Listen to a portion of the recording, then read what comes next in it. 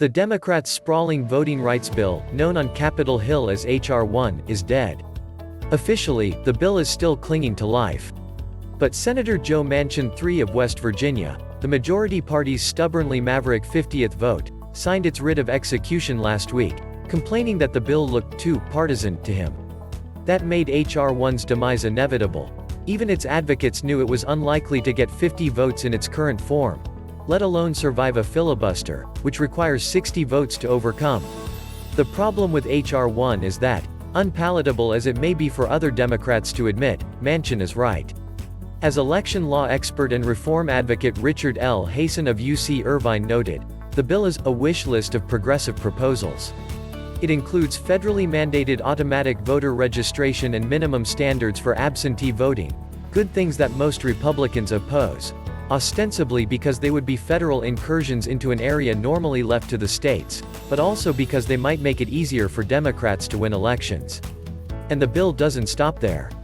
It also includes more exotic measures like a public financing system for congressional elections, new ethics rules for the Supreme Court, and campaign finance reforms that Democrats have sought for more than a decade.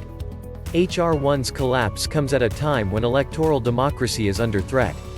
Republican-controlled state legislatures are still passing new laws to make it harder to vote. So it's time to stop mourning H.R. 1, which has always been a long shot, and start thinking about what needs to happen next.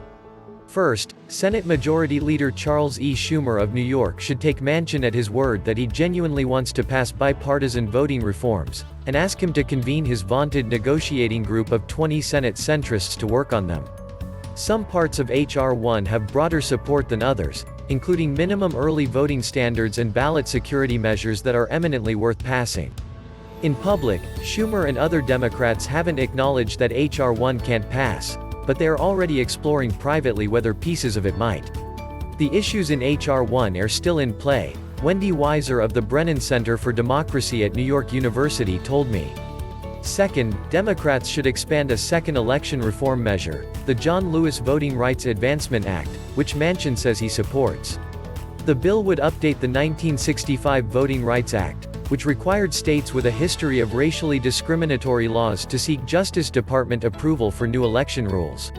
The Supreme Court effectively gutted the law in 2013, but left room for Congress to pass an improved, updated version.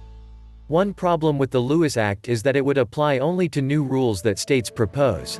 It would not apply to the many voting restrictions that Republican-controlled state legislatures are passing now, 22 new laws this year, with more to come.